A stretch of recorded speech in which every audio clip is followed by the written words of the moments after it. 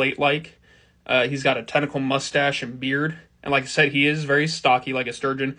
But unlike the fish, he is shorter. Sturgeons can get very big, and he's not very tall. So for his personality, I went with what I know of the stereotype for like a line cook or a head chef. So he's very gruff and loud, and he's very to the point. He doesn't play around with his words. Everything he says is very direct and concise to get what he wants and to get his point across. All he cares about is himself and the people around him enjoying his food. In his mind, food is the great peacemaker and connection between all things.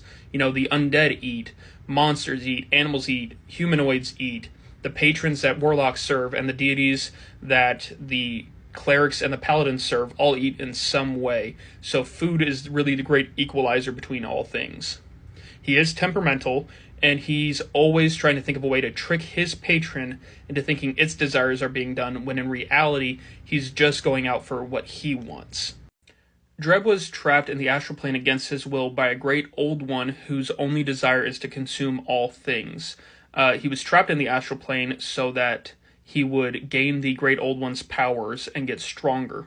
While there, Dreb made a restaurant on the hand of a long since passed astral giant. Now, contrary to what many might think, the astral plane was actually a very busy place. Many deities and patrons stopped by Dreb's restaurant to eat. Now, patrons and deities don't really use money for payment very frequently, so they paid in other ways. One deity paid Dreb with secret knowledge of the world and of the truths of the universe. Another deity paid Dreb with stronger magic. This is shown in the magic initiate feat that Dreb has. Eventually, Dreb's patron, the Great Old One, sent him out into the world to cook it and prepare it to be devoured. Contrary to this, though, Dreb only wants to master cooking.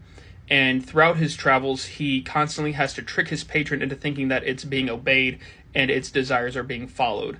When in reality, Dreb is just trying to cook for everyone and bring people together with food.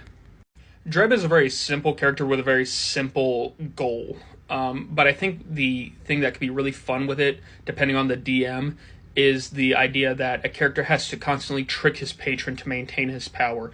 I think that could open up for a lot of really cool role-playing possibilities in the story.